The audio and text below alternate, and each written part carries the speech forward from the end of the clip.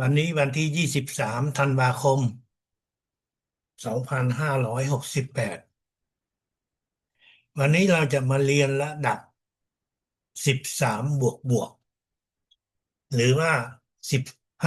15ระดับนี้เป็นระดับที่ท่านอาจารย์ใหญ่ได้เริ่มให้เราได้ฝึกฝนพลังจักรวาลในรูปแบบของพลังแสงทิพย์ของสิ่งศักดิ์สิทธิ์สูงสุด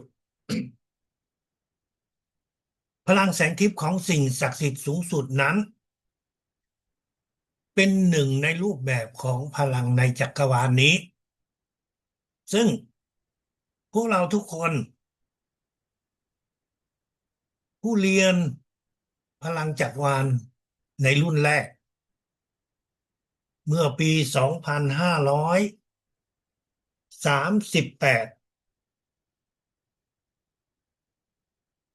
ท่านพลเอกเกษมซึ่งได้เชิญท่านอาจารย์ใหญ่มาสอนวิชาพลังจักรวาลเป็นครั้งแรกที่ประเทศไทยและในการสอนครั้งแรกนั้นท่านอาจารย์ใหญ่ได้ยืนส่งพลังให้กับผู้เรียนอยู่ในห้องประชุมของศูนย์วัฒนธรรมแห่งชาติที่ถนนรัชดาภิเษกรุ่นพี่ของเราได้ถ่ายรูปภาพตอนที่ท่านอาจารย์ใหญ่ส่งพลังและจำนวนหนึ่งก็ได้ถ่ายได้ภาพของท่านอาจารย์ใหญ่ขาวทั้งตัวเราตอนนั้นไม่ได้เหมือนกับสมัยนี้ตอนนั้นมีกล้องถ่ายรูปเป็นฟิล์ม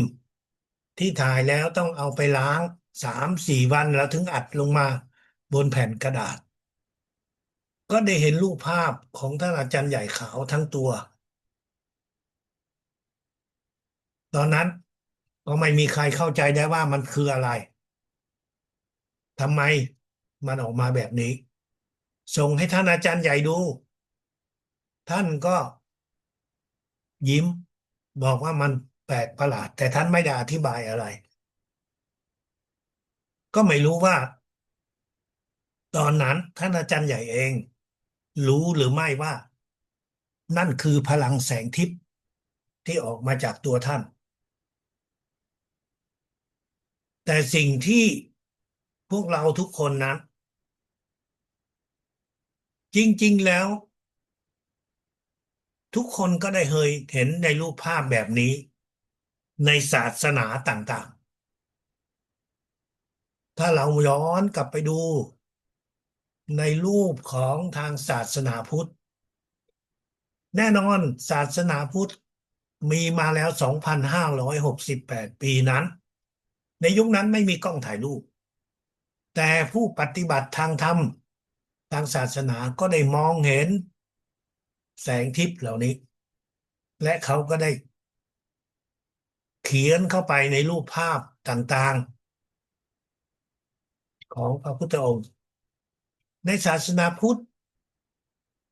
หรือศาสนาคริสต์ก็เช่นเดียวกันเขาก็วาดแสงสว่างสีขาวตามที่สายตาเขามองเห็นอิสลามก็เช่นเดียวกันก็มีรูปภาพในลักษณะที่ว่าเป็นพลังแสงทิพย์พวกเราโชคดีที่ว่าได้อยู่ในช่วงที่มีกล้องถ่ายรูปและเราได้ถ่ายรูปภาพนั้นไว้จนมาถึงระดับ13++ที่ท่านอาจารย์ใหญ่พูดถึงพลังแสงทิพย์ของสิ่งศักดิ์สิทธิ์สูงสุดตอนนั้นก็จะมีผู้เรียนจำนวนหนึ่งได้เข้าใจได้รู้ว่าในวิชาพลังจักรวาล พวกเราได้เห็นพลังแสงทิพย์นี้มาแล้วตั้งแต่ตอนที่เราเรียนในระดับ4เมื่อปี2538เพียงแต่ในยุคนั้นท่านอาจารย์ใหญ่ไม่ได้พูดและไม่ได้กล่าวอะไรเราจึงได้เห็นแต่ภาพมันประหลาดเท่านั้นภาพนี้ได้ส่งลงหนังสือพิมพ์ไทยรัฐในช่วงนั้นเพื่อให้ผู้คนได้มีความคิดเห็นว่าทำไมมันออกมาแบบนี้ซึ่งในสมัยนั้นไม่มีกล้องถ่ายรูปไหนไม่มีกิจกรรมใดที่มีรูปภาพในลักษณะอย่างนี้แน่นอนในช่วงหลังก็มีคนเอาไปทำผ่าน Photoshop หรือณปัจจุบันอาจจะผ่าน AI ก็เอาไปตกแต่งทำอย่างนู้นอย่างนี้แต่จริงๆแล้วภาพต้นฉบับก็คือมาจากการประชุมที่ท่านพลเอกเกษมนภาสวัสดิ์ท่านเป็นผู้เชิญท่านอาจารย์ใหญ่มาสอนวิชาพลังจักรวาลซึ่งมูลนิธิที่ท่านพลเอกเกษมตอนนั้นก็ยังไม่ได้จัดตั้งเป็นทางการครับหมายถึงว่ายังไม่มีสถานที่ตั้งมูลนิธิหรือว่าศูนย์พลังจักรวาลแห่งแรกของประเทศไทยที่ท่านพลเอกเกษมเป็นประธานที่มันตั้งอยู่ที่ถนนรัตนาธิเบศรใกล้กับอ่าห้างสรรพสินค้าเอ่อสมัยนี้มันเป็นโลตัสสมัยก่อนมันเป็นเซ็นทรัลนั่นคือศูนย์พลังจักรวาลแห่งแรกที่ได้ทำพิธีเปิดเมื่อปีน่าจะเป็นปี2536หรือว่า39หรือว่า40ถ้าจำไม่ผิดนะครับอยู่ที่ประมาณนั้นช่วงเดือนเมษายน2539หรือ2540และปัจจุบันก็ยังเป็นที่ทำการเพื่อให้พี่น้องพลังจักรวาลสามารถเดินทางไปที่นั่นเพื่อที่จะได้เห็นสถานที่ที่ท่านอาจารย์ใหญ่ได้ให้ท่านพลเอกเกษมสร้างขึ้นมา มันเป็นงบประมาณที่วิชาพลังจักรวาลของผู้เรียนพลังจักรวาลทั้งหลายได้มีส่วนร่วมสร้างมูลนิธิแห่งนี้ขึ้นมาวิชาพลังจักรวาลของพวกเราในระดับ13บวกเป็นวิชาที่เราเริ่มต้นให้ผู้เรียนสามารถใช้พลังแสงทิพย์ของสิ่งศักดิ์สิทธิ์สูงสุดในการฝึกในการปฏิบัติในการส่งพลัง แม้ว่าพลังของแสงทิพย์ของสิ่งศักดิ์สิทธิ์สูงสุดนั้นได้มีการรับรู้มากมายจากผู้ที่ปฏิบัติทางจิตวิญญาณทางศาสนาทั้งหลายแต่มันก็เป็นเพียงแค่ภาพระดับประดับที่เราเห็นอยู่ในสถานที่ต่างๆแต่ในวิชาพลังจักรวาลนี้ท่านอาจารย์ใหญ่ลึงมิงหนางก็ได้ให้พวกเรารู้ถึงวิธีการว่า เราจะใช้พลังจักรวาลซึ่งเป็นพลังอยู่ในระดับ13บวกคือพลังแสงทิพย์ของสิ่งศักดิ์สิทธิ์สูงสุด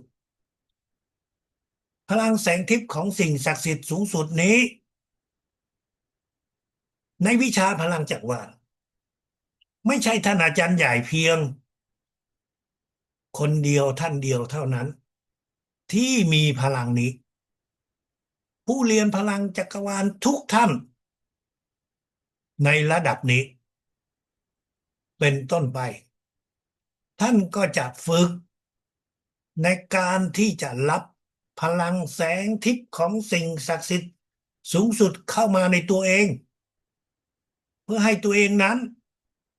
ได้มีพลังมีความสามารถ ในการใช้พลังแสงทิพย์นั่นคือสิ่งที่พวกเราทุกคนจะต้องเข้าใจว่าตัวเองนั้นเป็นคนที่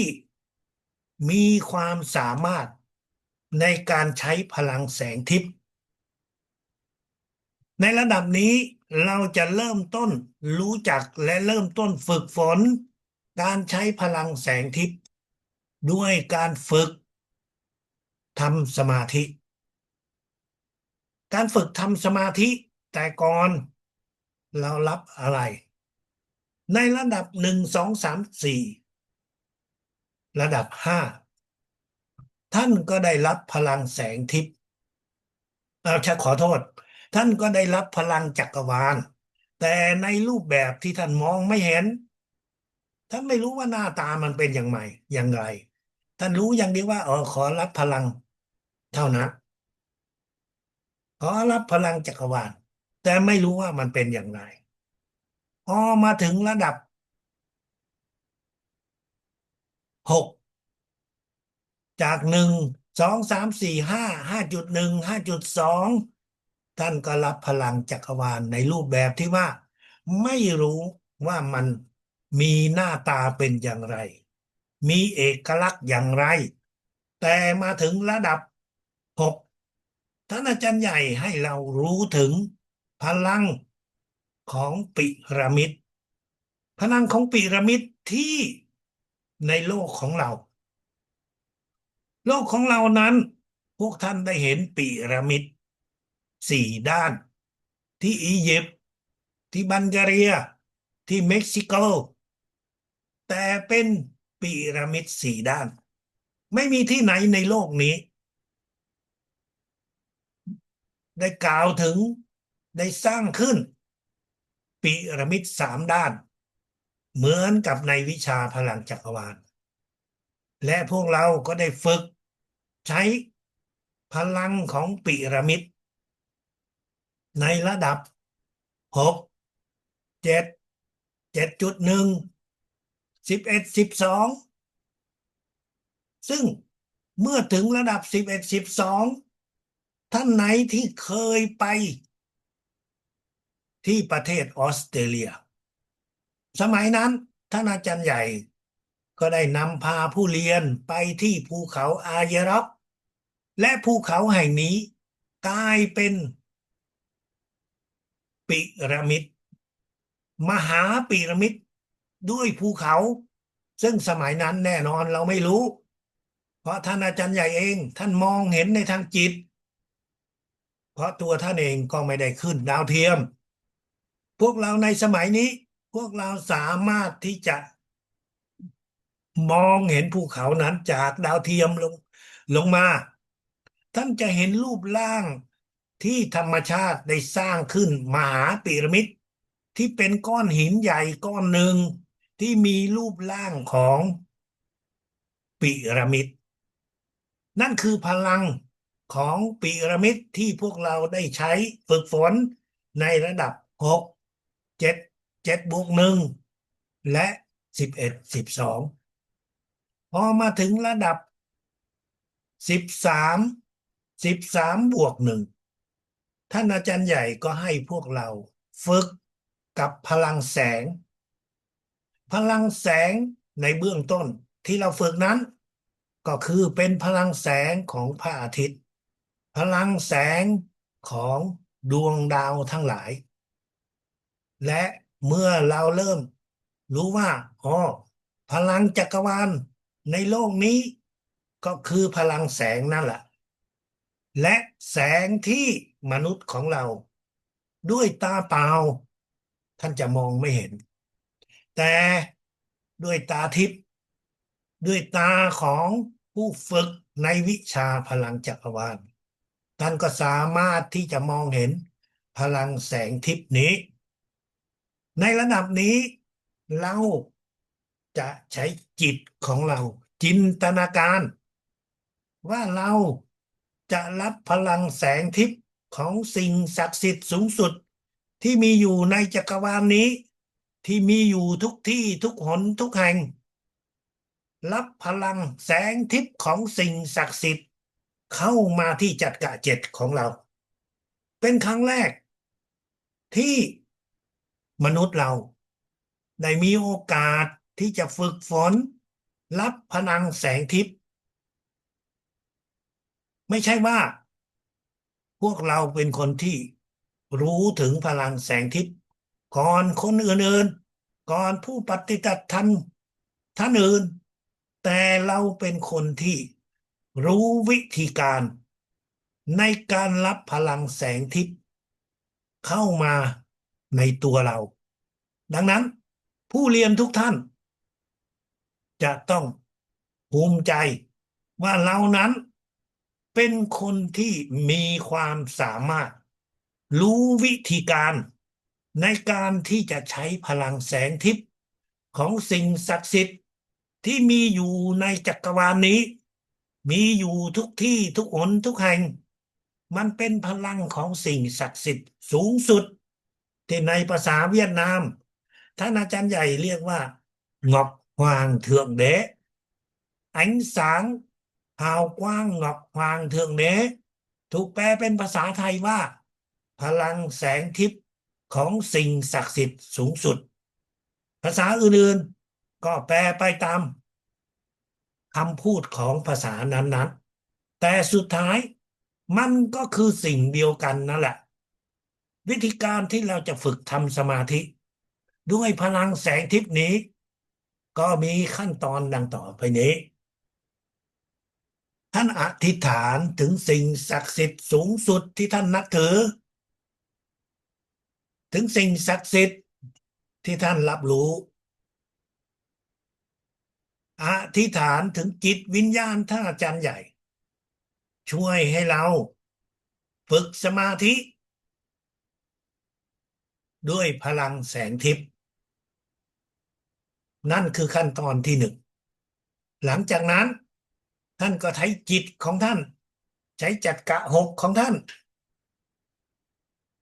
คิดจินตนาการ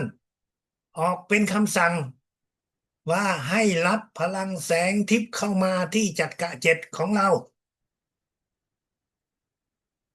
บางท่านอาจจะจินตนาการได้แต่บางท่านอาจจะจินตนาการไม่ได้ไม่สำคัญว่าท่านจะต้องจินตนาการให้ได้แต่ท่านจะต้องคิดเป็นคำสั่งให้ได้ว่ารับพลังแสงทิพย์ของสิ่งศักดิ์สิทธิ์สูงสุดเข้ามาที่จักระเจ็ดของตัวเราเองใช้เวลา2 วินาทีแล้วหลังจากนั้นท่านก็สูดเข้าทางจมูกแล้วก็เป่าออกจังหวะออกจากปากสูดเข้าทางจมูกแล้วก็เป่าออกทางปากสูดเข้าทางจมูกแล้วก็เป่าออกทางปากเป็น3 ครั้งหรือ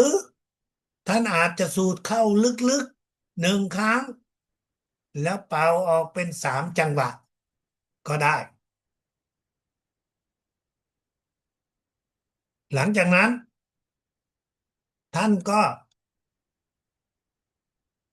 รับพลังแสงทิพย์เข้ามาที่จักระเจ็ดของเราแล้วก็ส่งพลังแสงทิพย์นี้ไปในสถานที่ต่าง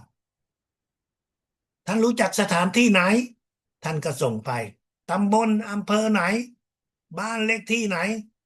ท่านก็สามารถที่จะส่งไปได้รับเข้ามาที่จักระเจ็ดแล้วก็ส่งไปรับเข้ามาแล้วก็ส่งไปหรือท่านจะรับพลังแสงทิพย์แล้วก็ส่งเข้าไปรายชื่อของคนที่ท่านรู้จักท่านใช้จิตของท่านรับพลังแสงทิพย์ส่งไปครั้งที่1ให้กับนางกอไก่รับพลังแสงทิพย์2 วินาทีส่งไปที่นางวอแหวน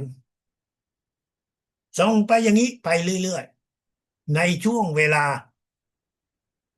5 นาทีไม่เกิน30 นาทีไม่ต้องรีบร้อนทำอย่างช้าๆช้าๆขอย้ำอีกรอบหนึ่งอธิษฐานถึงสิ่งศักดิ์สิทธิ์จิตวิญญาณท่านอาจารย์ใหญ่ให้ลูกได้ฝึกสมาธิด้วยพลังแสงทิพย์ของสิ่งศักดิ์สิทธิ์สูงสุดออกเป็นคำสั่งคิดเป็นจิตเป็นรูปภาพนำแสงเข้ามาที่จัดกะเจ็ด2 วิสูดเข้าทางจมูกแล้วก็เป่าออกทางปากสูดเข้าทางจมูกแล้วก็เป่าออกทางปากสูดเข้าทางจมูกแล้วเป่าออกทางปากหลังจากนั้นก็หายใจตามธรรมดารับพลังแสงทิพย์เข้ามาที่จัดกะเจ็ดส่งให้คุณบอใบไม้รับพลังแสงทิพย์ส่งไปให้คุณกอไก่รับพลังแสงทิพย์เข้ามาส่งให้คุณพอพานรับพลังแสงทิพย์เข้ามาส่งให้คุณสอเสือส่งไปเรื่อยๆกับคนที่ท่านรู้จักหรือท่านจำชื่อไม่ได้ท่านก็รับพลังแสงทิพย์เข้ามาส่งไปที่หมู่บ้านที่ท่านรู้จักบ้านเลขที่ที่ท่านรู้จักตำบลอำเภอที่ท่านรู้จักส่งไปเรื่อยๆไม่ต้องรีบร้อนจำไว้ว่าในช่วงเวลาที่ท่านทำสมาธิท่านอย่าหลับตา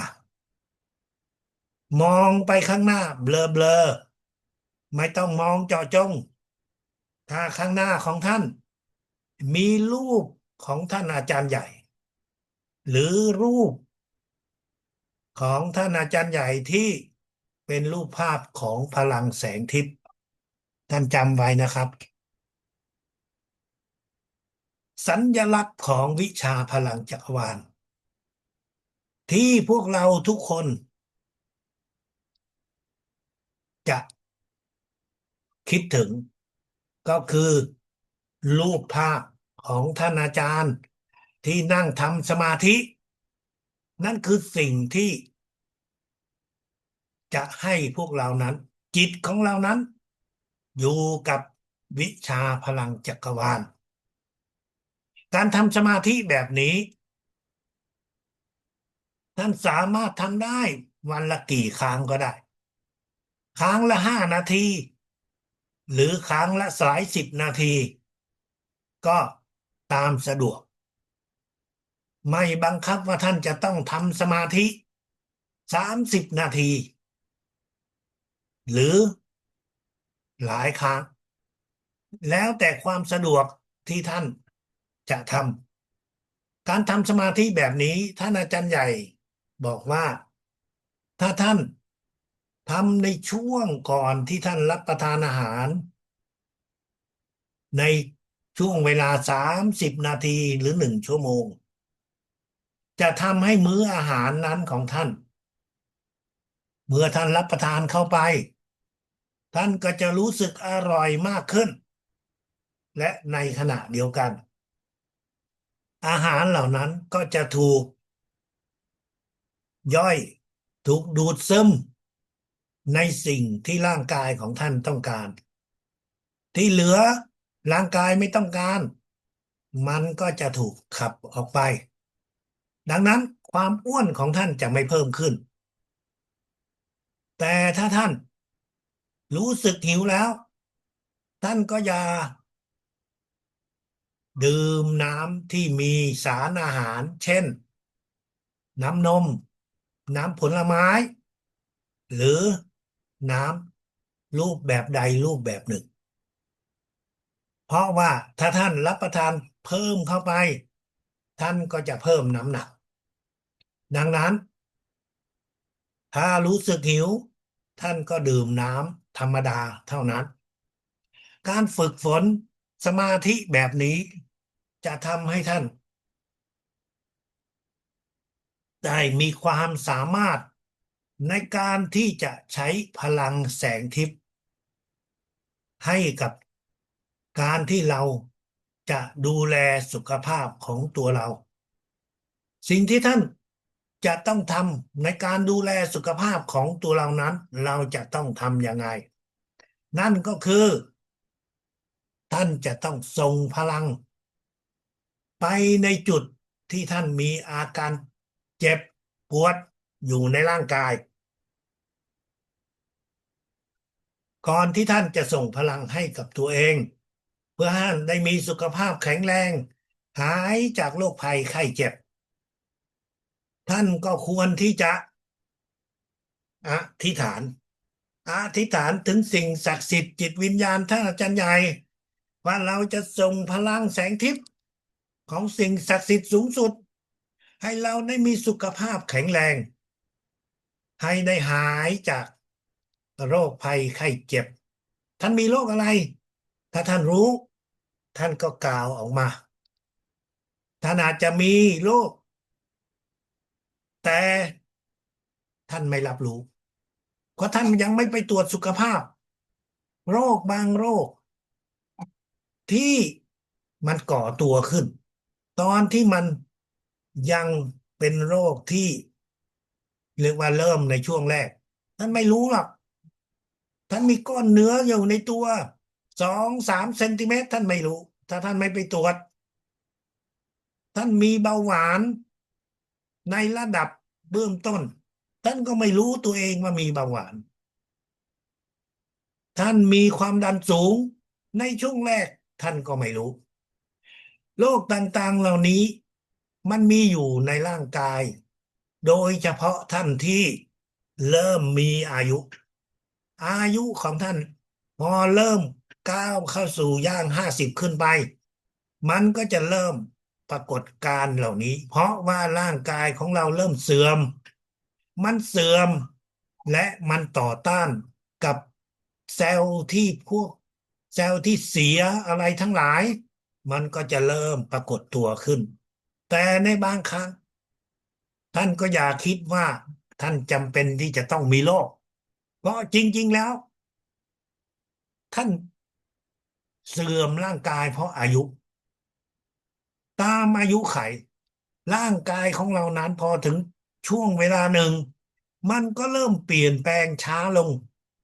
เซลล์ในร่างกายของเรานั้นโดยปกติมันจะอยู่ที่ประมาณ90 วันกระดูกที่180 วันเซลล์ต่างๆเหล่านี้มันก็จะหมดอายุใช้งานมันก็จะเริ่มทำให้ร่างกายของเรานั้นถึงแม้ว่าไม่มีโรคภัยไข้เจ็บอะไรไม่เจ็บอะไรไม่ป่วยอะไรแต่ท่านก็เห็นว่าริ้วรอยมันก็เริ่มปรากฏตัวขึ้นผิวหนังก็เริ่มหย่อนยานขึ้นเริ่มมีสีค้ำมากขึ้นผิวไม่ได้ตึงเหมือนแต่ก่อนนั่นก็คือเราเริ่มก้าวเข้าอายุ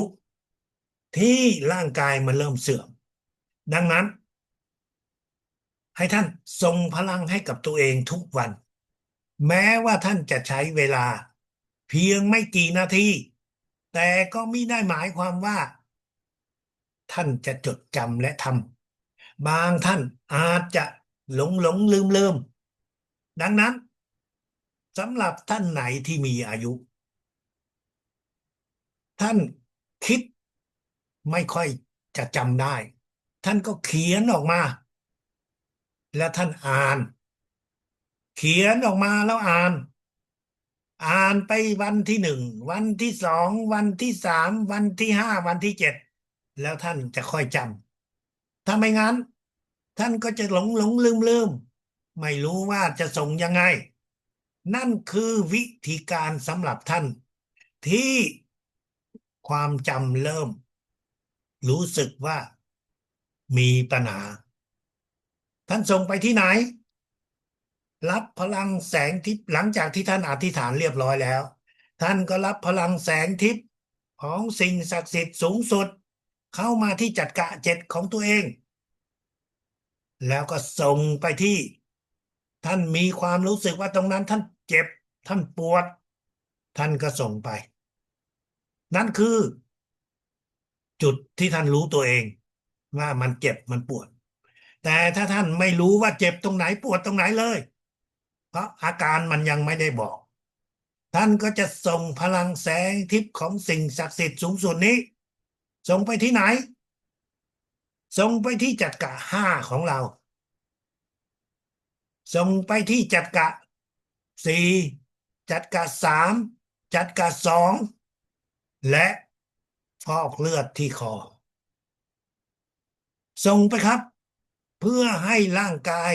ของเราภายในของเราในแต่ละอวัยวะในร่างกายในเซลล์ของร่างกายในส่วนต่างๆเหล่านั้นจะได้รับพลังแสงทิพย์ของสิ่งศักดิ์สิทธิ์สูงสุดส่งเข้าไปนั่นคือเราส่งให้กับตัวเราเอง ท่านส่งเข้าไปนะครับถ้าท่านรู้สึกว่าท่านมีอาการเจ็บมีอาการปวดที่เล็กน้อยท่านก็ส่งเพียงครั้งเดียวแต่ถ้าท่านรู้สึกว่าอาการของโรคที่ท่านรู้จักอยู่ในร่างกายของตัวเองนั้นท่านก็ส่งซ้ำ3 ครั้งเพื่อให้ได้พลังมั่นใจว่าเรานั้นไม่สับสน ให้ท่านเขียนออกมาลงบนแผ่นกระดาษแล้วท่านอ่านแล้วปฏิบัติตามอ่านแล้วปฏิบัติตามทีละข้อทีละข้อเมื่อท่านทำซ้ำทำซ้ำทำซ้ำท่านก็จะจดจำในสิ่งที่ตัวเองจะต้องรับและส่งพลังในระดับนี้เราเป็นผู้เรียนในระดับพลังของแสงทิพย์ดังนั้น สิ่งที่ท่านไม่ควรที่จะทำก็คือไม่ควรที่จะขอให้คนอื่นส่งพลังให้กับตัวเราเมื่อท่านรู้จักคนอื่นว่าเขาส่งพลังแล้วมีผลดีท่านรู้สึกว่าตัวเองนั้นส่งแต่ยังไม่ได้ผลดีท่านก็อย่าไปขอให้เขาส่งพลังให้กับเรา เพราะถ้าท่านขอวันเดียวมันก็ไม่มีปัญหาอะไรแต่ถ้าท่านจะขอไปเรื่อยๆขอไปเรื่อยๆและเมื่อท่านขอไปเรื่อยๆขอไปเรื่อยๆท่านก็จะลืมไปวิธีการของการรับส่งพลังหรือพูดอีกแบบหนึ่งท่านส่งพลังไปแล้วท่านก็ให้คนอื่นส่งพลังให้ตัวเองอีกก็กลายเป็นว่าพลังนั้นก็จะถูกดูดออกไป ผู้เรียนพลังจักรวาลที่ไปขอให้คนอื่นส่งนั้นก็มักจะสูญเสียความสามารถของตัวเองเมื่อท่านรู้ตัวท่านก็จะต้อง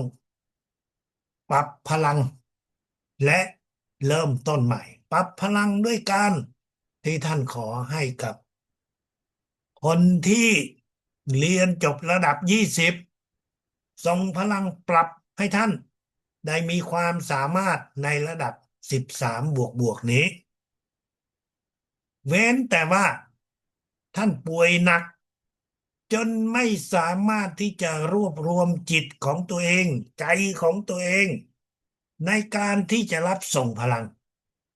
ตอนนั้นท่านอยากให้ใครช่วยส่งพลังให้ท่านก็สามารถที่จะขอได้ ไม่จำเป็นว่าคนคนนั้นจะเป็นคนที่เรียนในระดับสูงเมื่อท่านหมดกำลังใจหมดพลังในการที่จะรวบรวมจิตตัวเองท่านจะขอให้กับคนที่เปิดจากะ100%แล้วส่งพลังให้ท่านก็ได้ในยุคก่อนนั้นมีหลายคนเรียนวิชาพลังจักรวาลแต่ด้วย สิ่งที่เราเรียกว่าปัจจัยนั้นจึงทำให้คนเหล่านั้นในช่วงแรกเขาไม่สามารถเรียนสูงได้แต่เขาก็ปฏิบัติได้ดีดังนั้นก็มีคนที่เรียนสูงกว่าก็ไปขอกับคนที่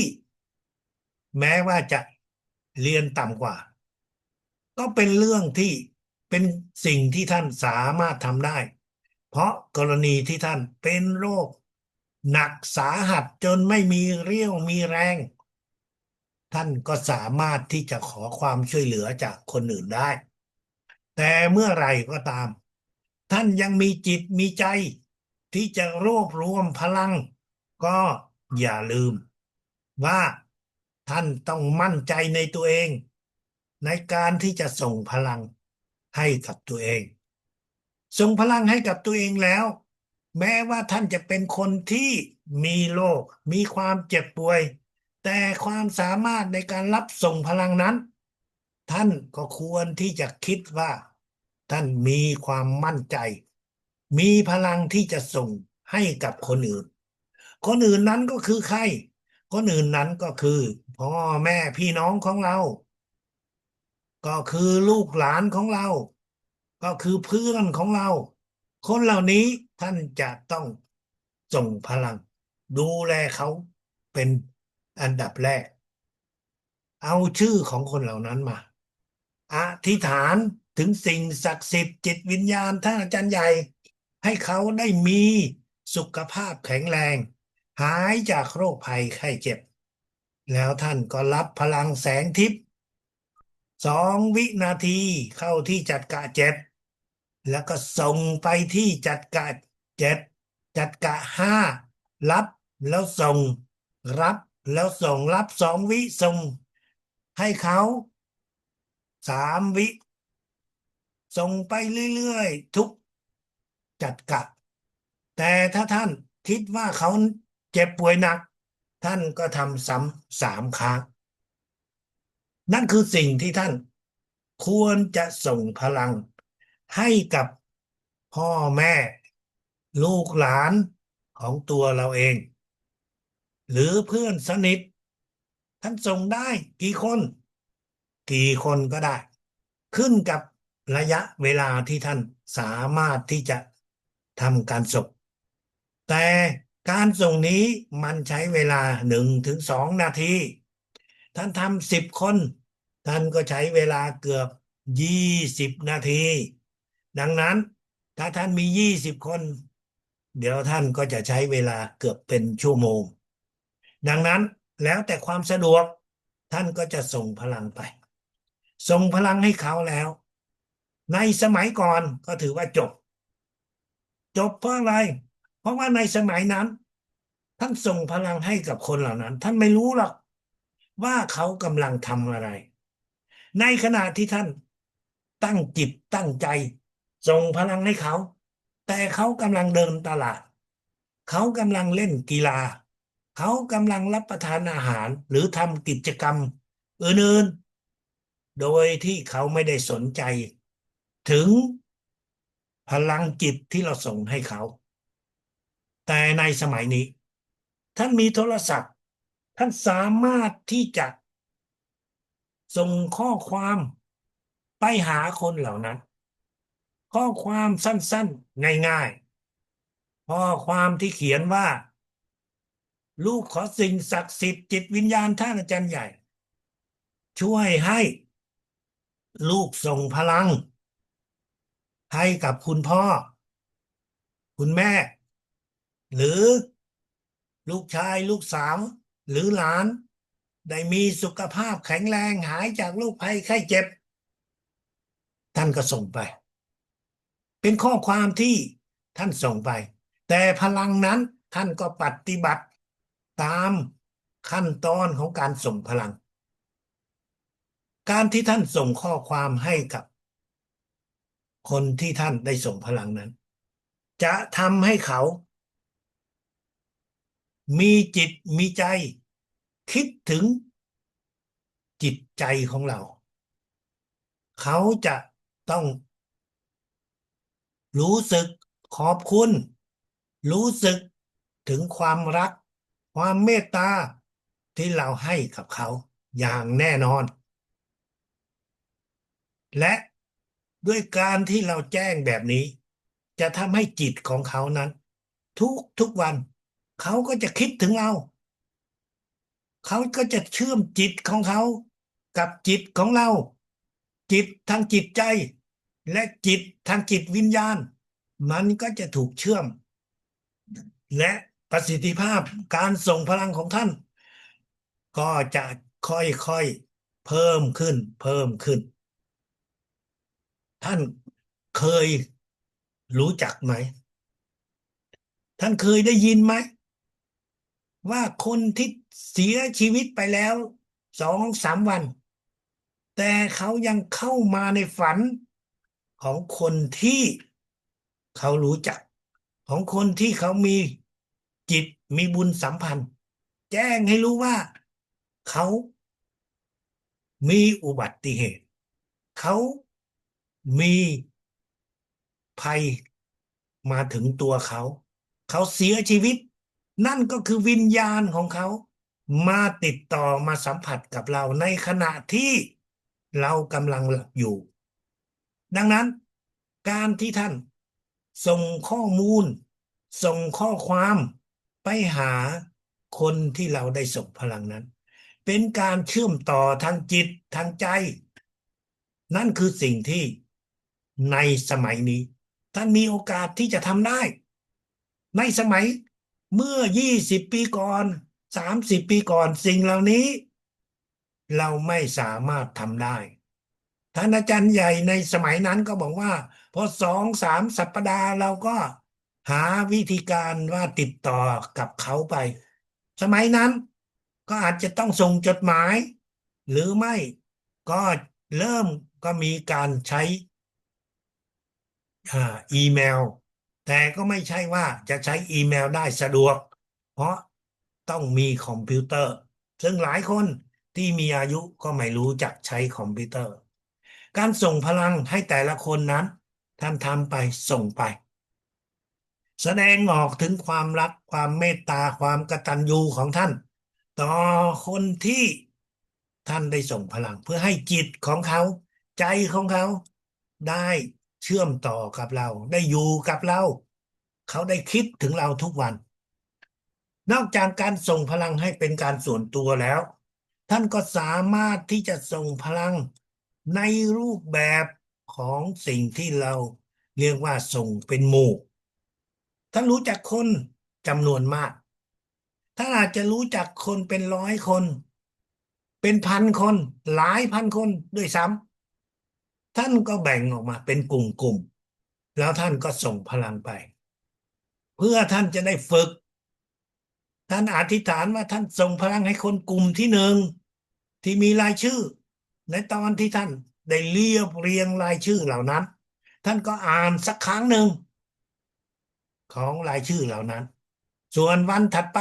ท่านก็ไม่ต้องอ่านชื่อของเขาเพียงว่าเขาอยู่ในกลุ่มหนึ่งเราก็ส่งไป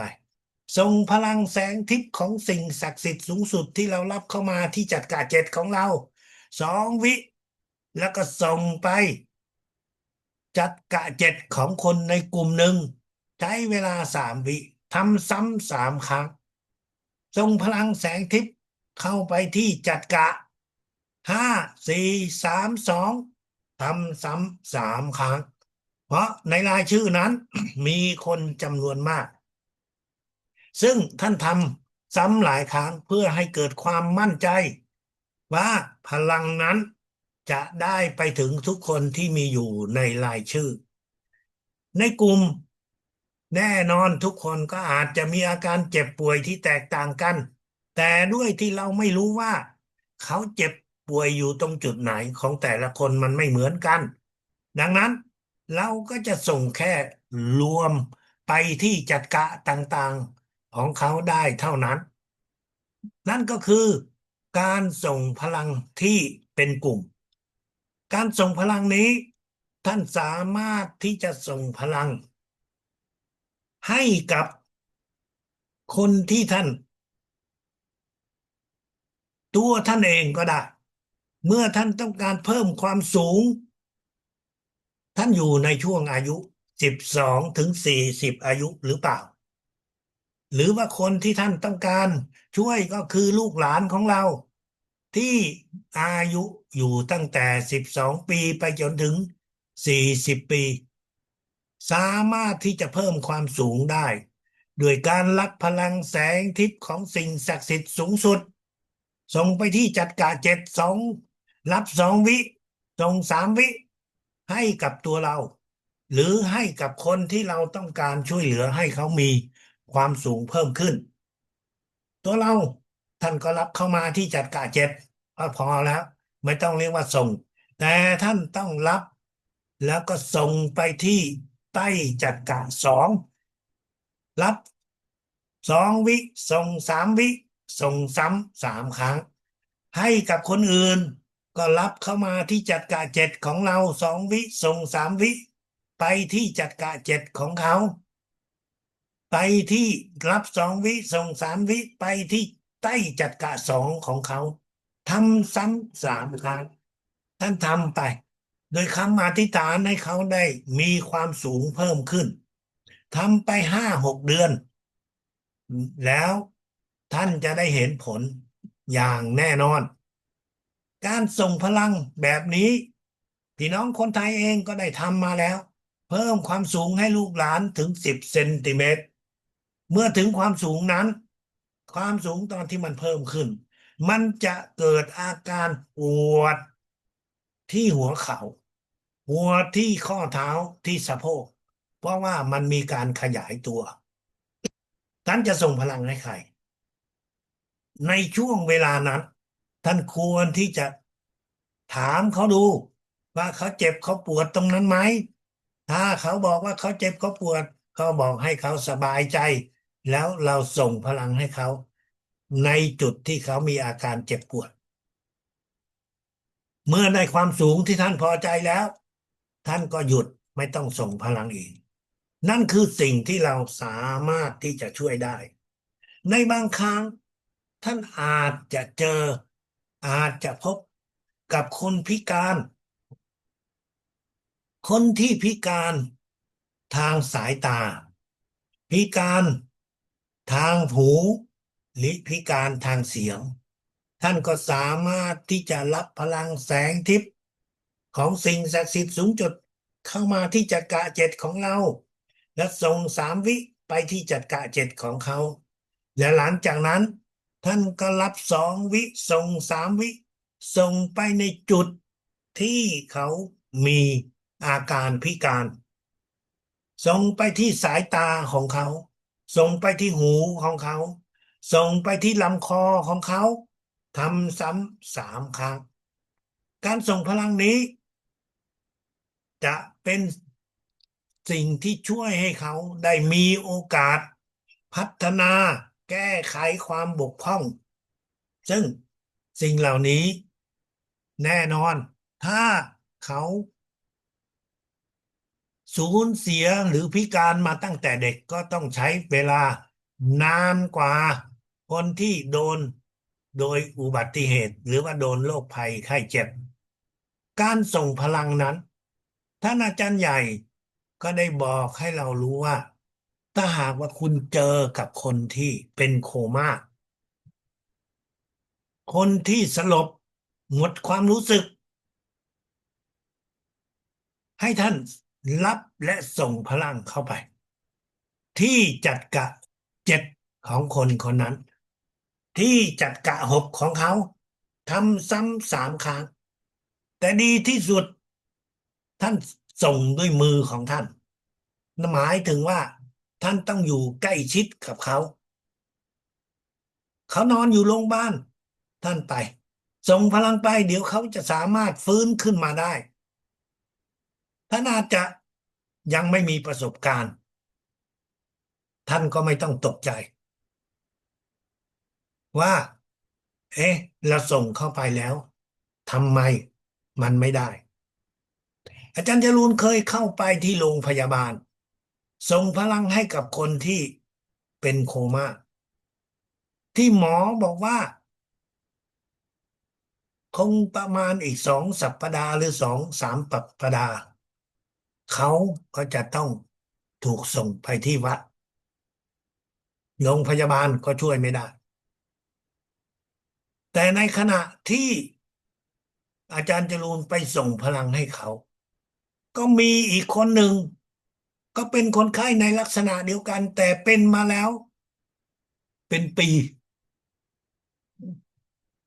คนที่ท่านอาจารย์จรูนที่อาจารย์จรูนส่งไปนั้นเพิ่งเป็นมาเดือน2 เดือนส่งปรากฏว่าส่งให้คนที่เป็นมาเดือน 2 เดือนหลังจากส่งไปให้เขา15 วัน17 วันเขาก็ฟื้นขึ้นมาแต่คนที่เป็นโคม่ามาเป็นปีตอนนั้นยังไม่ได้ฟื้นขึ้นมาแต่ด้วยที่ว่าเราไม่ได้มีเวลาที่จะเดินทางไปส่งให้เขาเป็นระยะเวลานานกว่านั้นเราก็เลยต้องปล่อยตามธรรมชาติของเขาไป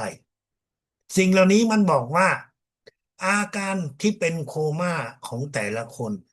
ที่เราส่งพลังเข้าไปนั้นพวกเราก็คงจะพอเข้าใจว่านั่นก็คือเส้นเลือดของเขามันตีบตัน จากความดันสูงความดันสูงขึ้นมันทำให้เส้นเลือดตีบตันและอาการที่เราส่งพลังเข้าไปเพื่อให้สลายเลือดตรงนั้นให้มันกลับมาที่จะทำงานได้แน่นอนมันต้องใช้เวลาที่แตกต่างกันดังนั้นพวกเราทุกคนส่งพลังช่วยเหลือใครก็ตามท่านก็ต้องรู้ว่าอาการโรคของเขานั้นมันอาจจะต้องใช้เวลาที่แตกต่างกันบางคนเราใช้เวลาสั้นแต่บางคนเราต้องใช้เวลานานกว่า นั่นคือสิ่งที่เมื่อท่านทำไปท่านก็จะมีประสบการณ์จะได้มีความมั่นใจแน่นอนคนที่เป็นพ่อเป็นแม่ของเรามันจะนานเท่าไหร่ท่านก็ต้องทำแต่ถ้าเป็นชาวบ้านท่านก็อาจจะไม่มีเวลาที่จะให้เขาเหมือนกับพ่อแม่ของเราเคยมีลูกศิษย์พ่อแม่โดนเป็นโคม่าแต่เขาอยู่ต่างจังหวัดอาจารย์จรูนไปช่วยเขาไม่ได้ แต่ก็ได้บอกให้เขาว่าถ้าคุณอยากช่วยคุณเปิดจากการ100%เรียนถึงระดับ 4แล้วคุณช่วยเองดูเขาก็ยินดีเพราะเป็นแม่ของเขาแล้วเขาก็ฝึกแล้วเขาก็ส่งพลังวางมือไปที่จัดการ6-7ของคุณแม่ส่งพลังธรรมดานี่แหละไม่ใช่พลังแสงทิพย์ด้วยซ้ำแล้วเขาทำไป2-3 สัปดาห์คุณแม่ก็ฟื้นขึ้นมาเขาดีใจมากๆ นั่นคือสิ่งที่เป็นประสบการณ์ที่พวกเราทุกคนจะต้องเจอแล้วคุณก็จะจำได้ การส่งพลังที่ท่านอาจารย์ใหญ่ต้องการให้พวกเราฝึกนั่นก็คือการส่งพลังในรูปแบบฉุกเฉินฉุกเฉินคือยังไงคือท่านไม่รู้ตัวมาก่อนถ้าท่านรู้ตัวมาก่อนนั้นไม่ใช่เป็นฉุกเฉิน ท่านรู้ตัวมาก่อนท่านก็ทำช่วงเช้าก็ได้ทำช่วงกลางวันก็ได้ทำช่วงเย็นก็ได้แล้วแต่ความสะดวกแต่การส่งพลังฉุกเฉินนั้นคือสิ่งที่ท่านไม่รู้ตัวว่ามันจะเกิดขึ้นเมื่อไหร่ตอนไหนและมันมักจะเกิดขึ้นตอนที่ท่านเดินทางอยู่ที่บนถนนท่านกำลังขับรถท่านกำลังนั่งรถเมล์หรือท่านกำลังขับขี่มอเตอร์ไซค์ ท่านก็เห็นรถของพยาบาลโรงพยาบาลท่านก็เห็นรถของปอติ๊กตึงที่ไปรับคนโดนอุบัติเหตุส่งไปสถานที่ต่างๆนั่นคือเหตุการณ์ฉุกเฉินและเหตุการณ์ฉุกเฉินนี้ท่านอาจารย์อยากบอกว่าให้เราอธิษฐานถึงสิ่งศักดิ์สิทธิ์จิตวิญญาณท่านอาจารย์ใหญ่ว่าเราขอส่งพลังแสงทิพย์ของสิ่งศักดิ์สิทธิ์สูงสุด ไปให้คนที่กำลังอยู่ในรถพยาบาลเหล่านั้น รับพลังแสงทิพย์เข้าที่จัดการเจ็ดของเรา2 วิส่ง3 วิไปหาเขาทำซ้ำ3 ครั้งท่านมีเวลาไม่กี่วินาทีหรอกที่จะทำพอลดตรงนั้นมันจะผ่านท่านในช่วงเวลา6 ถึง 10 วินาทีแต่ถ้ารถมันติดมันก็อาจจะยาวเป็น15 30 วินาทีอยู่เหมือนกับอยู่ในกรุงเทพแต่ถ้าต่างจังหวัดนั้นท่านจะได้เจอแค่เพียงไม่กี่วินาทีเมื่อท่านเจอเหตุการณ์ฉุกเฉินแบบนี้สิ่งที่ท่านควรจะทำก็คือฝึกส่งพลังทันทีอธิษฐานทันทีเพื่อส่งพลังให้กับผู้ป่วยที่ท่านไม่รู้จักหน้าไม่รู้จักชื่อไม่รู้ว่าเขาเป็นอะไรแต่ท่านควรจะทำวันนี้ท่านลืมก็ไม่เป็นไรลืมสนิทไปเลยไม่เป็นไรแต่ถ้าท่านลืมแล้วรถมันผ่านไปแป๊บหนึ่งท่านก็ทำไปเพื่อสร้างให้ตัวเองนั้นเกิดสิ่งที่เราเรียกว่าสัญชาตญาณวันนี้ท่านทำช้าไม่เป็นไร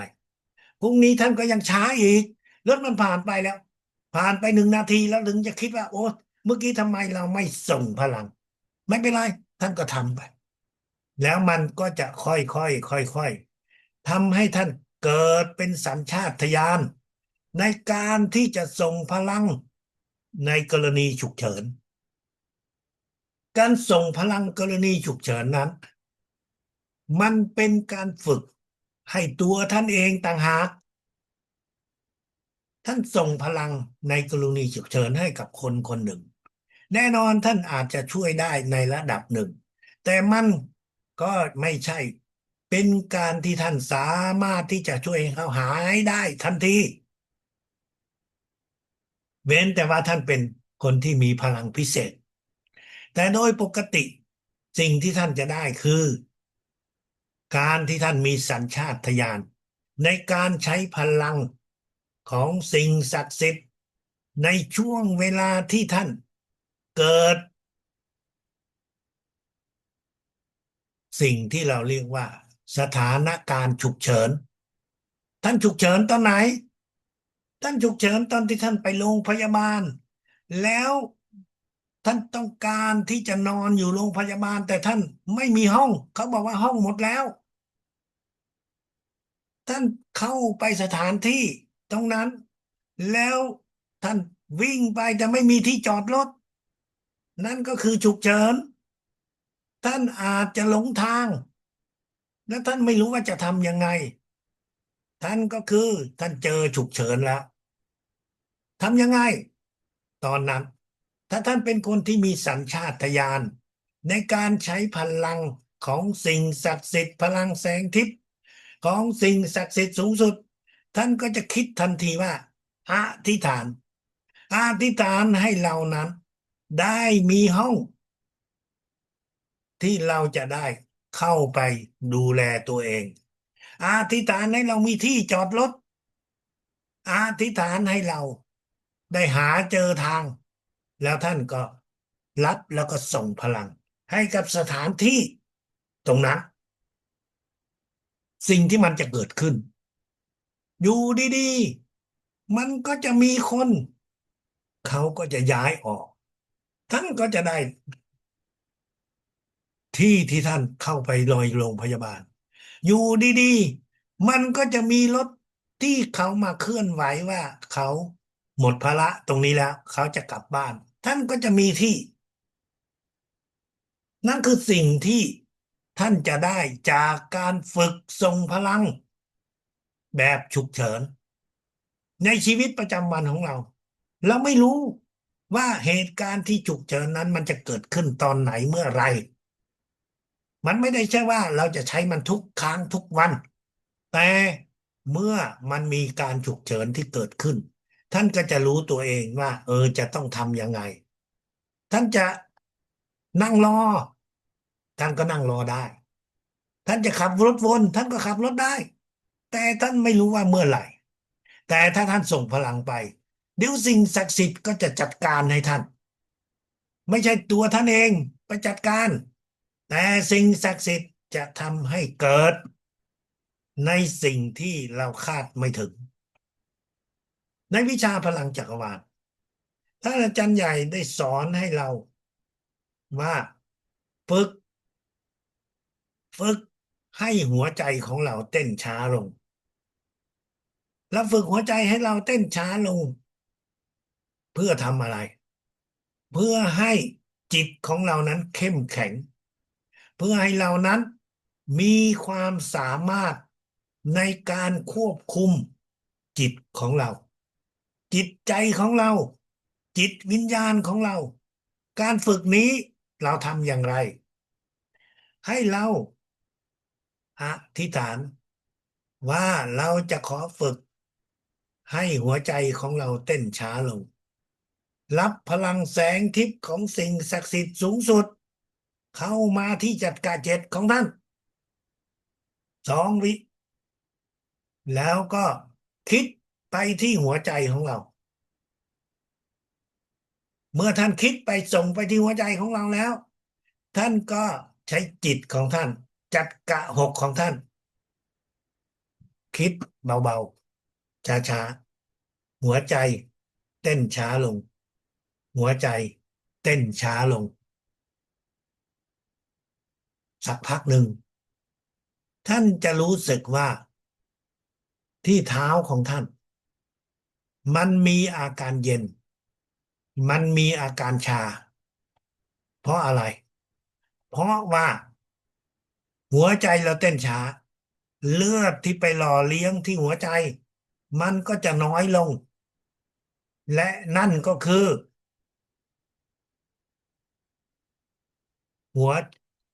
ที่เท้าของเรานั้นก็จะไม่มีการเผาไหม้เพื่อสร้างอุณหภูมิดังนั้นเท้าของเราก็จะเริ่มเย็นแล้วมันก็จะเริ่มชาไม่ว่าท่านจะอยู่ในท่านั่งหรือท่านอนเท้าของเรามันอยู่ห่างจากหัวใจท่านรู้ไหมว่าหัวใจของเรานั้นมันบีบเพื่อที่จะส่งเลือดไปนั้นใน1 นาทีนั้นหัวใจของเรานั้นบีบส่งเลือดไปหลาย10 ลิตรนะครับเพื่อให้เลือดนั้นไปหล่อเลี้ยงในส่วนต่างๆของร่างกายในเท้าของเราดังนั้นเมื่อเราฝึกส่งพลังให้กับหัวใจของเราเต้นช้าลงจิตของเราถ้ามันเข้มแข็งมันมีพลังมากพอมันก็จะควบคุมได้แต่ถ้ามันยังทำไม่ได้แล้วก็ฝึกไปเรื่อยๆฝึกไปเรื่อยๆเพราะการฝึกให้หัวใจเต้นช้าลงนั้นเป็นการฝึกที่สำคัญมากที่จะทำให้เราในระดับสูงขึ้นเราก็จะได้ฝึกในวิธีการที่เกี่ยวข้องกับในเรื่องนี้ และเมื่อเราฝึกไปความเย็นที่มันเกิดขึ้นมันจะไม่ได้อยู่แค่ที่เท้ามันจะค่อยขึ้นมาที่กล้ามเนื้อขาของเราด้านล่างแล้วมันก็จะขึ้นมาที่น่องของเรานึงขึ้นมาถึงที่ท้องตอนนั้นท่านก็หยุดไม่ต้องส่งพลังอีก เพราะว่ามันมากพอแล้วท่านหยุดความร้อนความอุ่นมันก็จะเริ่มขึ้นกลับมาคนที่จะฝึกก็คือตัวเราเองเท่านั้นเราจะไม่ส่งพลังให้กับคนอื่นฝึกถ้าเราเป็นคนที่มีโรคหัวใจเราจะไม่ฝึกเราจะต้องส่งพลังรักษาโรคของหัวใจของเราก่อน คนที่มีเครื่องช่วยหัวใจเครื่องช่วยหัวใจมันเป็นเครื่องอิเล็กทรอนิกส์เล็กๆซึ่งเรานั้น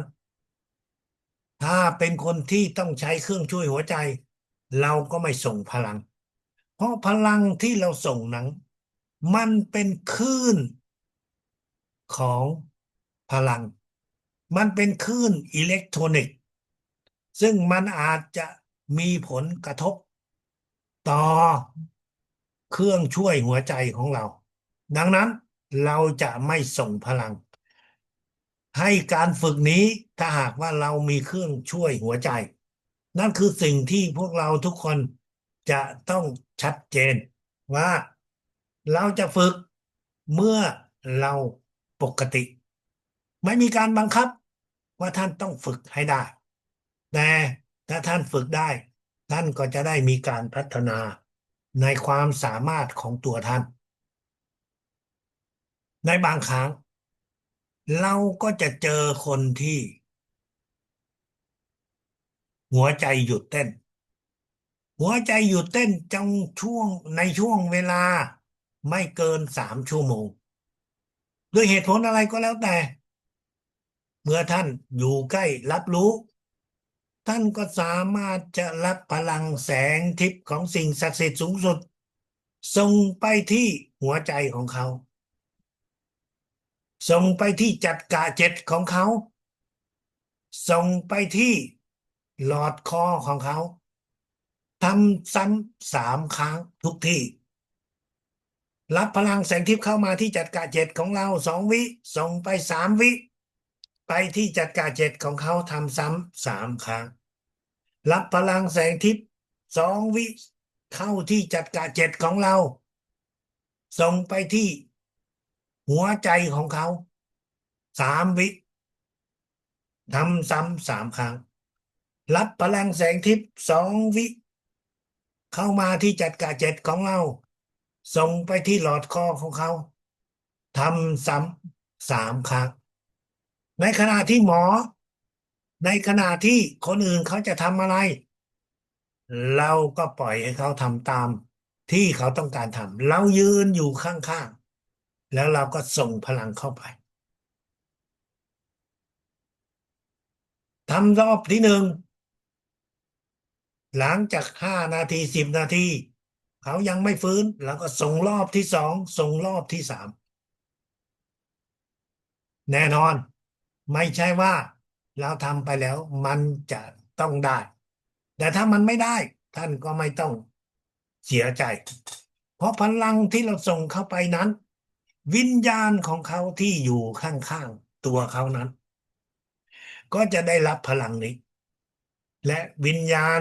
ที่ได้รับพลังที่เราส่งเข้าไปก็จะทำให้วิญญาณนั้นไปสู่กับสิ่งศักดิ์สิทธิ์จะได้มีโอกาสไปเกิดใหม่ได้เร็วขึ้นนั่นคือสิ่งที่ท่านช่วยทางกายเนื้อไม่ได้แต่เราก็สามารถที่จะช่วยทางจิตวิญญาณได้เช่นเดียวกันดังนั้นท่านทำใจว่าเราช่วยเขาทางกายเนื้อไม่ได้เราก็ยังสามารถช่วยทางจิตวิญญาณได้สิ่งเหล่านี้วิชาพลังจักรวาลสามารถที่จะช่วยได้ทำได้นั่นคือสิ่งที่พวกเราทุกคนก็ควรที่จะเข้าใจว่าเรานั้นไม่ใช่ผู้วิเศษที่ว่าส่งแล้วก็จะต้องได้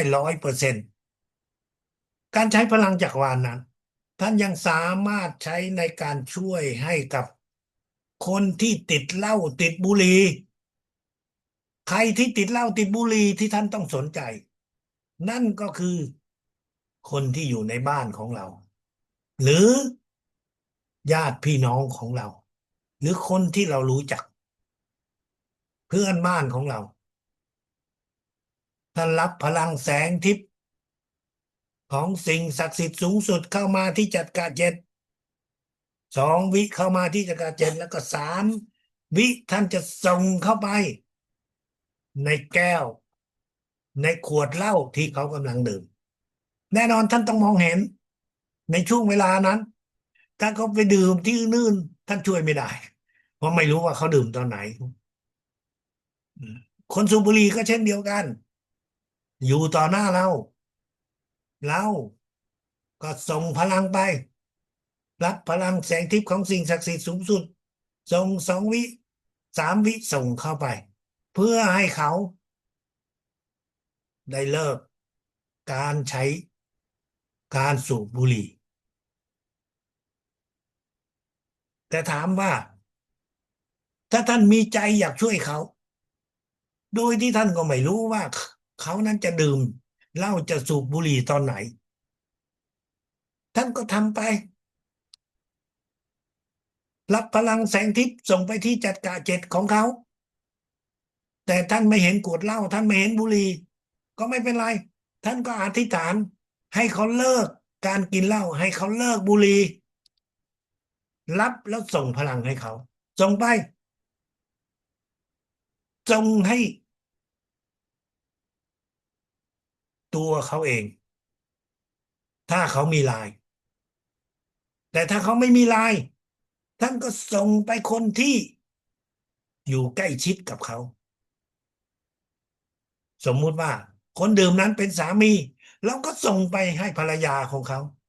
ให้เขารู้ว่าเรามีความรักเรามีความสงสารที่ว่าสามีของเขาติดเหล้าติดบุหรี่แล้วก็ส่งพลังไปผลมันจะได้มากน้อยขนาดไหนเราไม่รับรู้ได้แต่เมื่อเราผ่านทางภรรยาของเขาแล้วส่งไปในทางจิตวิญญาณเราสามารถที่จะทำให้จิตวิญญาณของเขาได้รับรู้ว่าเราต้องการให้เขาเลิกเหล้าเลิกบุหรี่ในทางจิตใจนั้นเขาไม่รู้แต่ในทางจิตวิญญาณเขารับรู้อย่างแน่นอนดังนั้นท่านก็ต้องใช้เวลาส่งพลังเข้าไปแต่ถ้าทำได้ซึ่งหน้ามันก็จะได้ผลได้เห็นทันตาที่เราได้มองเห็นการส่งพลังในครอบครัวของเรานั้นพวกเราทุกคนมีคู่ชีวิตมีกิจกรรมของคู่ชีวิตท่านอาจารย์ใหญ่บอกให้ว่าถ้าในช่วงเวลาที่เรามีกิจกรรมคู่ชีวิตไม่ว่าคนอีกคนหนึ่งจะเรียนหรือไม่เรียนในวิชาพลังจักรวาลก็ไม่เป็นไรเราก็จะส่งพลังในช่วงเวลาที่เราเริ่มทำกิจกรรมนี้รับแล้วส่งใช้เวลาเพียงไม่กี่วินาทีรับเข้ามา2 วิส่ง3 วิคุมเข้าไปในร่างกายของฝ่ายตรงข้ามทำซ้ำ3 ครั้งก็ไม่ใช้เวลาทั้งหมดอยู่ที่ประมาณ15 วินาทีไม่ต้องพูดอะไรการส่งพลังนี้จะทำให้ท่านมีสุขภาพที่แข็งแรงท่านจะไม่เหนื่อยล้า เพราะการใช้พลังในคู่ชีวิตนั้นมันเป็นพลังที่มหาศาลมันเป็นพลังที่ทำให้เกิดอาการเบื่อหน่ายเกิดอาการเรียกว่าเมื่อยเปื่อยเมื่อยล้าทั้งร่างกายแต่ท่านอาจารย์ใหญ่บอกว่าผลที่ได้จริงๆนั้นไม่ใช่เรื่องของสุขภาพกายเนื้อแต่มันเป็นการพัฒนาทางจิตวิญญาณ นั่นคือสิ่งที่เราจะต้องเข้าใจว่าเราส่งพลังในช่วงเวลานั้นคือเพื่อการพัฒนาทางจิตวิญญาณทำให้จิตวิญญาณของเราเข้มแข็งทำให้จิตวิญญาณของเรานั้นได้สูงขึ้นท่านต้องเข้าใจนะครับว่าในช่วงเวลาที่เรามีกิจกรรมทางคู่ชีวิตนั้นมันเป็นพลังที่มหาศาลมันเป็นพลังที่ มากยิ่งใหญ่มากมันเป็นพลังที่ทำให้คนเราสามารถฆ่ากันตายเพราะว่าถูกขัดขวางดังนั้นการที่เรามีจิตสูงส่งพลังในช่วงเวลาที่เรามีกิจกรรมนั้นจะทำให้เราเกิดการพัฒนาทางจิตวิญญาณเกิดการพัฒนาทางความสามารถนี่ก็อยาในกการส่งพลังของเราเดี๋ยวพรุ่งนี้เราค่อยมาฟังต่อนะครับวันนี้ก็ได้หมดเวลาแล้วนะครับสำหรับคลิปอ่าเมื่อกี้นะครับที่หมอแบงค์นะครับท่าน10อาหารนะครับที่ทำให้ร่างกาย รายหัวใจนะครับอันนี้ก็เดี๋ยวพรุ่งนี้มาฟังต่อนะครับเมื่อกี้เพิ่งอ่าอาหารตัวที่10นะครับก็เป็นตับต้านนะครับเป็นพวกเราได้ยินเสียงอย่างอื่นไหมครับอาจารย์ประภาสเคยบอกเราอยู่นะทานก่อนทานข้าวช่วยตอบหน่อยครับข้าวกับผลไม้5 คำแรกแล้วก็ตามด้วยอาหารซึ่งจะทำให้เรามันจะบาลานซ์คาร์โบไฮเดรตกับอ่าน้ำตาลที่อยู่ในผลไม้มันจะได้บาลานซ์กันพอถ้าไม่มีตัวน้ำตาลกลูโคสนะครับอันนี้ก็ไอ้ปุยตายายเราก็กินแบบนี้นะมันก็รู้สึกว่าแข็งแรงแบบพวกกันถูกต้องเลยนะครับสำหรับวันนี้ในการสาระหน้าเรื่องสุขภาพก็เวลา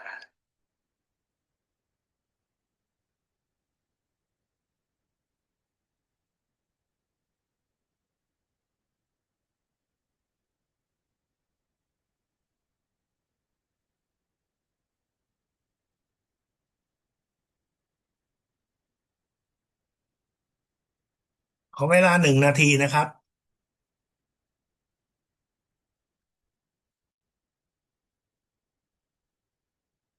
ขอเวลา1 นาทีนะครับ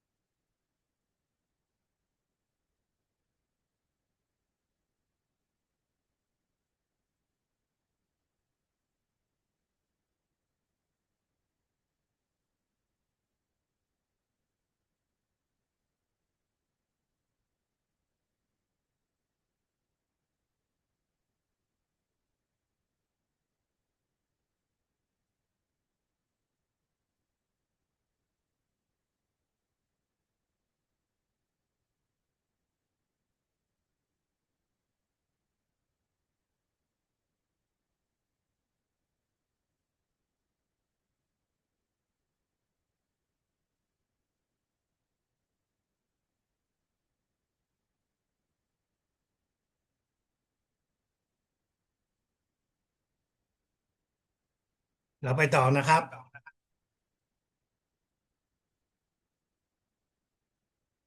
การฝึกต่อมาความสามารถของเรา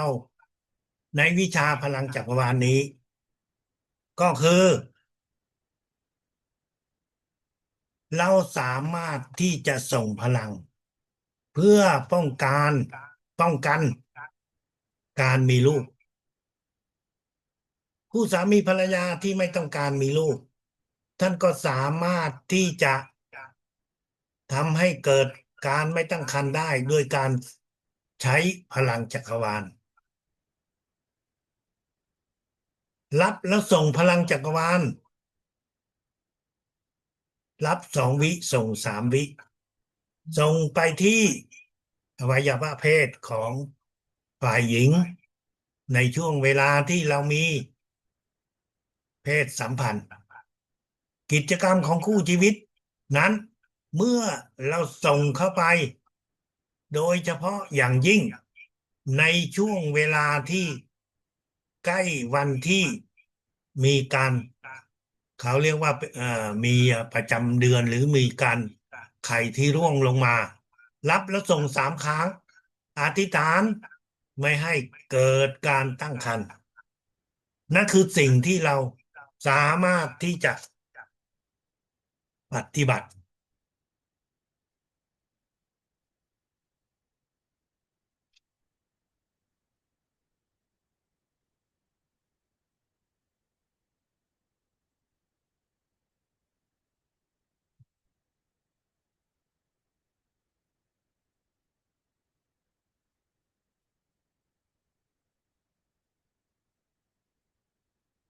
หากว่าท่านต้องการที่จะมีลูกท่านก็สามารถที่จะรับและส่งพลังอธิษฐานรับและส่งพลังครั้งเดียวในหนึ่งวันรับ2 วิพลังแสงทิพย์ของสิ่งศักดิ์สิทธิ์สูงสุดและส่ง3 วิเข้าไปอธิษฐานว่าให้มีลูกชายหรือลูกผู้หญิงส่งวันละ1 ครั้งเท่านั้นในช่วงเวลาที่เรามีกิจกรรม ถ้าท่านส่ง2 ครั้งท่านก็จะได้ลูกแฝดที่เป็นชายและหญิงแต่ถ้าท่านส่ง3 ครั้งท่านก็จะได้ลูกแฝดเป็นหญิงหรือเป็นชายทั้ง2 คนนั่นก็คือการใช้พลังจักรวาลในรูปแบบอีกรูปแบบหนึ่ง การใช้วิชาพลังจักรวาลนั้นอย่างที่พวกเราทุกคนก็รับรู้อยู่แล้วว่าเราสามารถที่จะใช้ในด้านการเกษตรก็ได้ในการปศุสัตว์ก็ได้นั่นคือสิ่งที่ท่านสามารถที่จะรับและส่งพลังนะฮะถ้าหากว่าท่านจะใช้ในกิจกรรมเหล่านี้ในบ้านของเราบางครั้งท่านอาจจะเจอกับลูกหลานที่ไม่เชื่อฟัง หากว่าท่านเจอลูกหลานที่อยู่ในรูปแบบนี้หรือว่าคนบางคนที่มักจะทำให้ท่านต้องมีจิตมีใจที่เรียกว่าอึดอัดในแต่ละครั้งที่ท่านก่อนเข้าไปนอนท่านรับพลังแสงทิพย์ของสิ่งศักดิ์สิทธิ์สูงสุด2 วิส่ง3 วิไปที่จักระหกของคนคนนั้น รับ2 วิส่ง3 วิทุกคืนทำซ้ำ3 ครั้งนั่นคือสิ่งที่ท่านสามารถที่จะทำได้ในการที่จะทำให้เขาได้สงบจิตสงบใจนั่นคือสิ่งที่ท่านสามารถที่จะปฏิบัติได้ในวิชาพลังจักรวาลนี้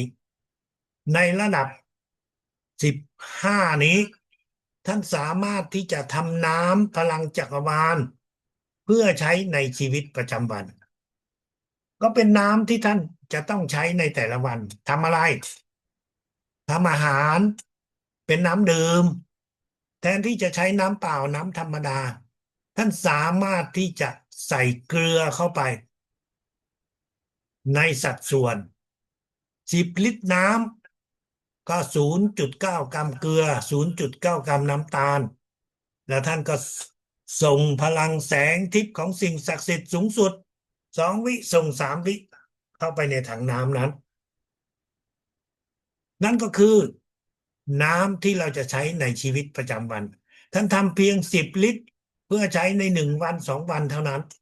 ไม่ควรทำเป็นปริมาณมากเพราะน้ำเหล่านี้มันมีเกลือน้ำตาลอยู่ด้วยถ้าท่านทำไว้เป็นระยะทิ้งไว้เป็นระยะ10 วัน15 วันน้ำเหล่านี้มันก็จะมีเชื้อโรคเข้ามาเกิดการพัฒนาดังนั้น เราจะทำเพียงแค่ไม่กี่ลิตรใช้ใน1 วันหรือ2 วันเท่านั้นนั่นคือสิ่งที่เราสามารถที่จะประยุกต์ใช้ได้สำหรับคนที่ท่านยังต้องใช้ยาด้วยเหตุผลอะไรก็แล้วแต่ท่านต้องกินยาที่หมอส่งให้ท่านก็สามารถที่จะส่งพลังแสงทิพย์ของสิ่งศักดิ์สิทธิ์สูงสุดรับ2 วิส่ง3 วิไปในกล่องยาไปในขวดยาไปในหวียาเหล่านั้นเพื่อจะทำให้ยาได้มีประสิทธิภาพที่สูงขึ้นดีขึ้นในขณะเดียวกันหากว่าท่านมีกิจกรรมในการซื้อขายพวกยาท่านก็สามารถที่จะส่งพลังแสงทิพย์ไปที่ร้านยาไปที่ยาของตัวเองท่านต้องยืนอยู่ที่ร้านขายยาแล้วก็กวาดสายตาของท่านไปทั่วในฝั่งซ้ายฝั่งขวาไม่ต้องมองละเอียดถึงแต่ละอย่างแต่มองเป็นผนังไปเลยว่าท่านจะส่งให้ยาทุกขวดที่อยู่ที่นี่ให้ได้มีประสิทธิภาพที่สูงขึ้นแค่นั้นและให้มีผลข้างเคียงที่น้อยลง ท่านอาจจะมีสต็อกยาท่านก็ส่งในสต็อกยาก็ได้นั่นคือสิ่งที่ท่านสามารถที่จะประยุกต์ใช้วิชาพลังจักรวาลนี้หากว่าท่านเป็นคนที่มีกิจกรรมในทางด้านฝังเข็มการกดจุดการนวดท่านก็สามารถที่จะส่งพลังให้กับคนที่ท่านจะให้บริการ เราจะนวดเขาอยู่ตรงจุดไหนแล้วก็สามารถส่งพลังไปตรงจุดนั้นรับพลัง2 วิส่ง3 วิเข้าไปให้กับคนคนนั้นโดยรวมหรือให้ไปในจุดที่ท่านจะทำการให้บริการทั้งหลายนั่นคือสิ่งที่ท่านสามารถที่จะประยุกต์ใช้เพื่อให้ท่านได้มีประสิทธิภาพที่ดีขึ้น นั่นคือสิ่งที่พวกเราทุกคนจะทำได้ท่านเดินทางไปด้วยอะไร เดินทางโดยเครื่องบิน ท่านก็จะสามารถส่งพลังให้กับเส้นทางที่เครื่องบิน ให้กับช่วงเวลาที่เขาบอกว่ามันมีหลุมอากาศส่งพลังเข้าไปครับพลังอธิษฐานถึงสิ่งศักดิ์สิทธิ์สูงสุดส่งรับพลังแสงทิพย์เข้ามาที่จักระเจ็ดของเราแล้วก็ส่งเข้าไปในเส้นทางที่อยู่ข้างหน้าส่งเข้าไปในเครื่องบินที่ท่านกำลังที่นั่งอยู่หรือว่าเส้นทางที่ท่านเดินทางนั่นคือสิ่งที่ท่านสามารถที่จะทำได้เพื่อให้ท่านได้มีความปลอดภัยความสะดวกในการเดินทางของพวกเราทุกคนท่านอาจารย์ใหญ่เตือนไว้ให้กับพวกเราว่าเราอยู่ในระดับนี้ท่านจะต้องฝึกในการติดต่อทางจิตกับท่านอาจารย์ใหญ่เพื่อในการที่จะเรียนรู้ความสามารถในทางด้านวิชาพลังจักรวาลท่านก่อนทำสมาธิท่านอธิษฐานส่งพลังแสงทิพย์ของสิ่งศักดิ์สิทธิ์สูงสุดไปให้ท่านอาจารย์ใหญ่ทำซ้ำ3 ครั้งแล้วท่านก็ส่งคำถามสิ่งที่ท่านอยากจะรู้ไม่ว่าจะเป็นอะไรท่านก็ส่งคำถามไปแล้วในจิตของท่านมันก็จะเกิดเป็นคำตอบให้กับตัวท่านว่าสิ่งเหล่านั้นท่านควรจะทำอย่างไรนั่นคือสิ่งที่ท่านสามารถฝึกปฏิบัติเพื่อให้ท่านได้มีความสามารถในการเรียนรู้ทางจิตของระดับ